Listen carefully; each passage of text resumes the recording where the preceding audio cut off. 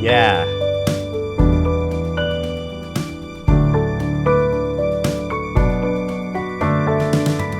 Yeah.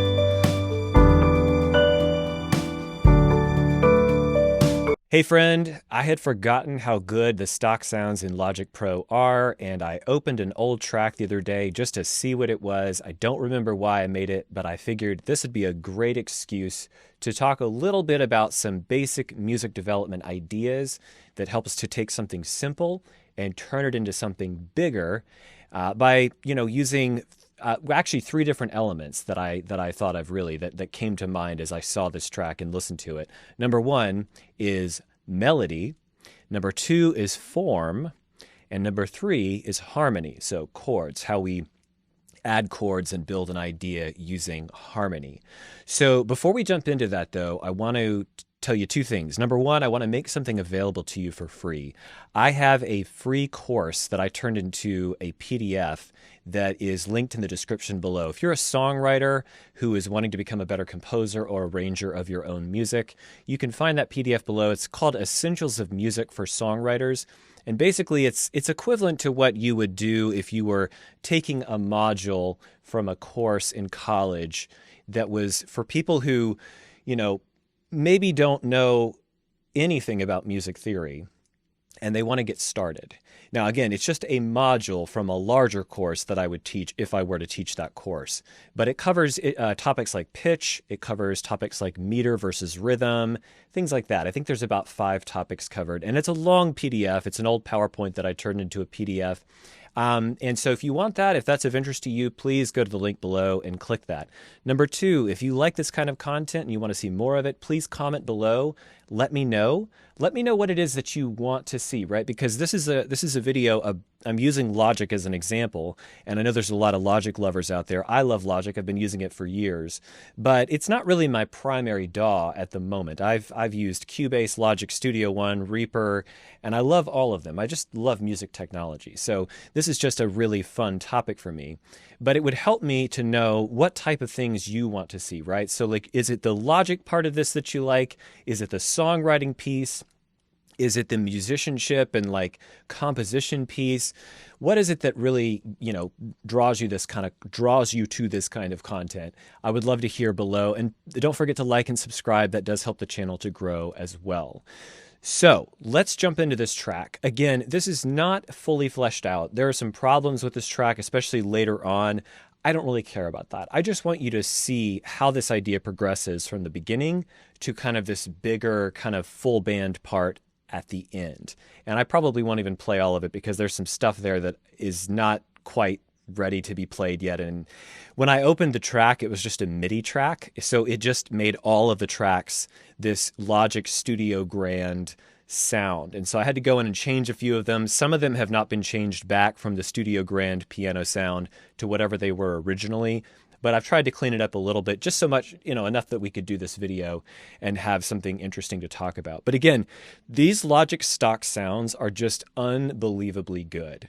And so I've actually got my keyboard out here so that I can play through some of these ideas after we play the track, because I want to just kind of demonstrate how the track builds and maybe to give you some ideas of how you could do some of this yourself in your own songs. Okay, so let's go back to the beginning and I'm going to play it and then we'll talk about it.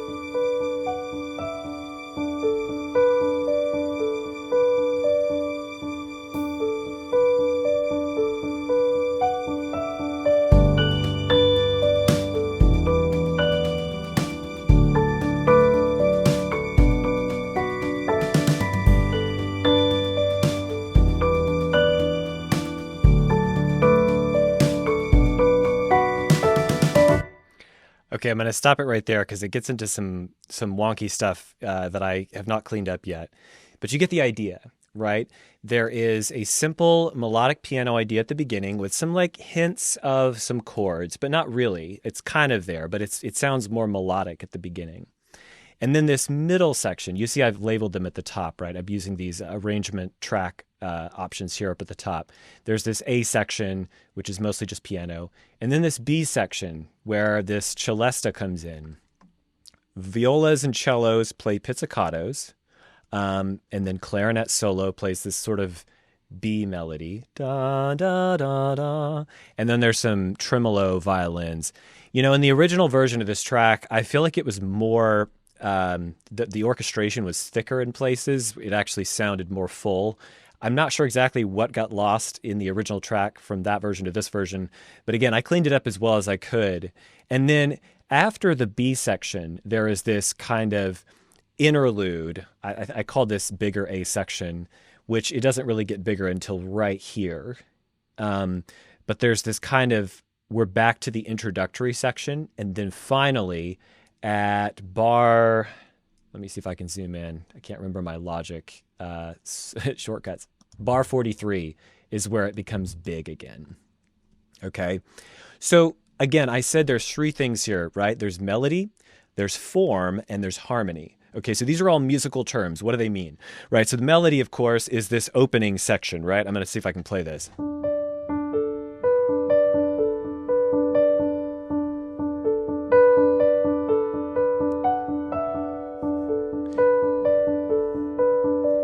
And so we're in the key of D, right? And then there is, again, we're still sort of in the melody world. Let me just close this for a sec so we only see our tracks. And then right here at bar 17, there's this kind of...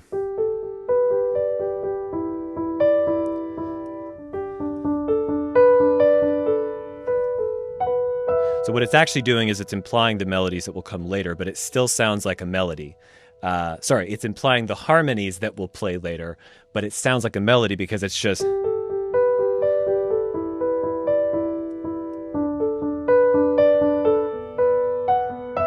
Right? So there's kind of an implied G major or G sus2, whatever it is, E minor, D, and then B minor. But we're not quite there yet because we're just implying it. It just sounds like a melody, right? Because it's two piano tracks kind of playing together. And that keeps it interesting, right? There's several bars of that where we're just kind of like in this little melodic, pretty piano world. And then suddenly we have this kind of it's a change in texture, it's a change in orchestration, the instruments are different. But the chords, if you want to know, there's an F minor, which in the key of D is the 3, right? The mediant, if you will, whatever they call it, right? Da da da da. So like there's that melody.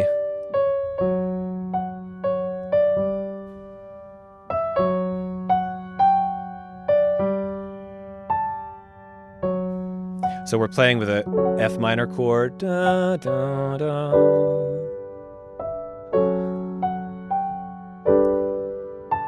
Right, so we're going from the F sharp minor, excuse me, I keep saying F sharp minor to G, right?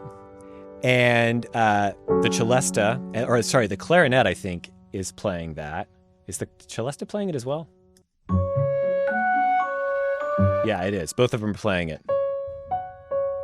Right? Again, it's another melody, it's different harmonies, and the texture is different, right? Isn't that Studio Grand so pretty? This is just a stock Logic sound. It sounds so good. Again, you get stock sounds with other DAWs, and Cubase has some really great stock sounds, but Logic's are just like, I mean, the number of pianos that you get and these kind of studio instruments, these like studio string sections and whatnot are just really good for just being, you know, coming stock with the DAW. Okay, so anyway, this is the B section. And then I love these pizzicatos in the strings.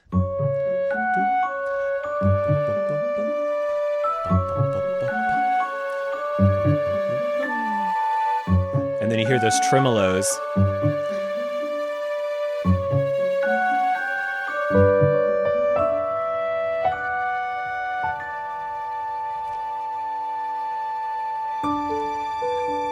Yeah.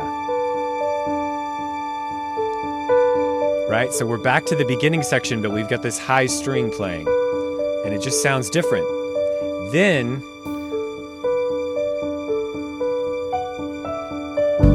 yeah.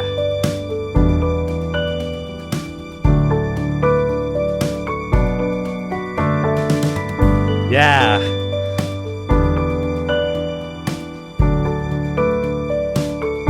Yeah.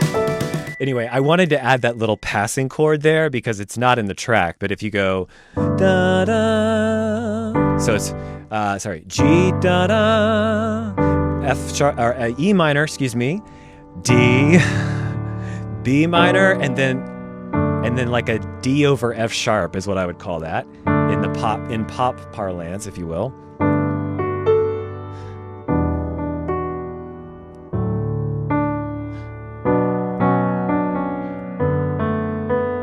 Right? So that's what I would do if I were just playing it.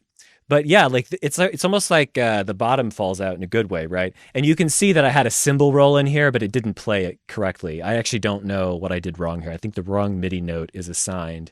But originally there was this cymbal roll. So by the way, this Blue Ridge kit, which comes stock with Logic, all these sounds are stock. I believe when I first made this, I was using the drummer, the little drummer plugin in Logic, which is kind of like an AI, right? You just kind of tell it how complex you want the beat to be. And then when I exported this file as a MIDI file, it retained all of that data. But I don't remember what the settings were. But if you're familiar with Logic, there is that drummer, I don't know if they call it a plugin, but it's basically where you put drummer on a track and then you just tell it how complex you want it to be, how simple, whatever.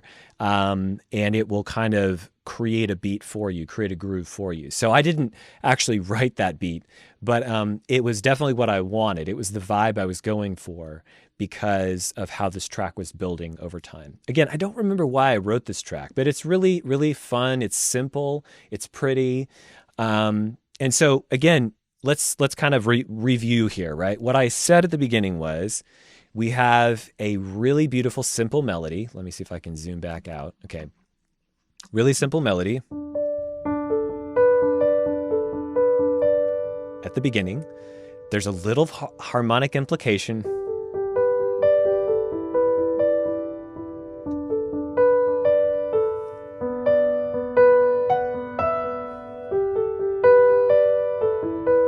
Right?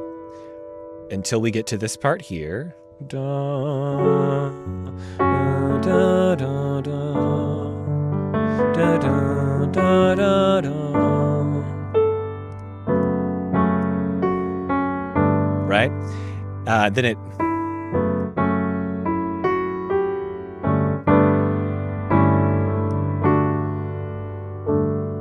Right? And if you noticed from my tempo track earlier, the tempo, there's a little ritardando written in here, right? I think I just drew this in, but the tempo slows down. Da da da da da, and then it waits for a second. There's like a little fermata, and then it goes back to our opening idea. Right? We don't quite yet have harmony yet. We're sort of on this D, right? D chord, implied D chord. And then finally here at like bar 43, I think it is. And then it goes.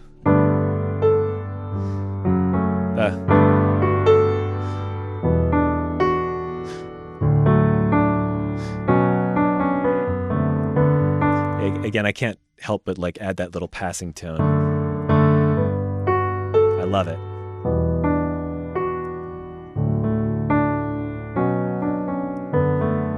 Right. Anyway, so again, this is how you can take a really simple idea and build it by using different musical techniques, right? Like the form is where we interrupt the original idea, right? By going to a new, it's a new chord too, but it's also a new melody.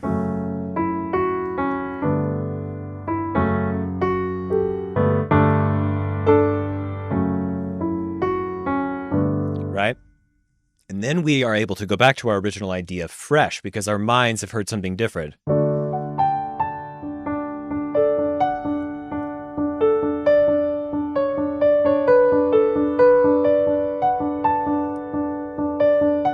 And the strings are playing up high.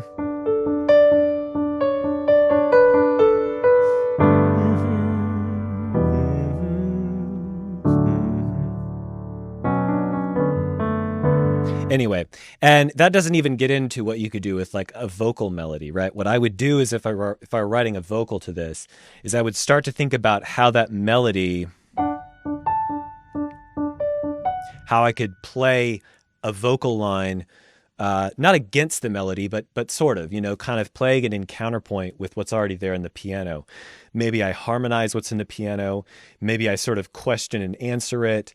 But there's like 1,000 ways you could do this, right? You could build a whole vocal line from that, and just write your lyrics and all of that.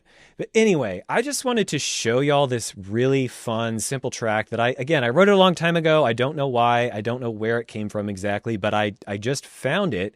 And it had all these stock Logic sounds, and I just got sucked into it. I mean, it was just like, oh, this is so much fun. So if you haven't played with Logic, or if you have, and you're just like, man, this just reconfirms to me that I need to go back and check out some of these stock sounds, there is so much you can do without having to go out and buy a bunch of plugins. I love a DAW where you can just just use what's there. And most DAWs are like that. Even Reaper in its own way, right? Reaper has no like stock instruments necessarily, except like a little synth instrument. But it has amazing stock plugins. And so like whenever you have a DAW like Logic, Cubase, Studio One, Ableton, any of them, they all have these amazing features that just come with them. And in Logic's case, they're just killing it with these stock sounds. They're just so good. I mean, let's the piano, it just sounds so good. So anyway, again, if you want to get that PDF that I've created, Essentials of Music for Songwriters, please go to the link below. I'm actually thinking about releasing a video based on that PDF that kind of goes through it in more detail. And then, if you like that kind of stuff, if you like that PDF and everything, you going to that page and downloading it just is a signal to me that I need to make more content like this. You liking this video and commenting on this video and reacting to this, it tells me that you want more content like this. But again, let me know, is it Logic? Is it songwriting? Is it composition? All of the above, whatever. I just want to know, like, what is it that really draws y'all to this channel and draws you to my content? I'd love to hear from you. Comment below, like the video, subscribe, and I'll catch you in the next one.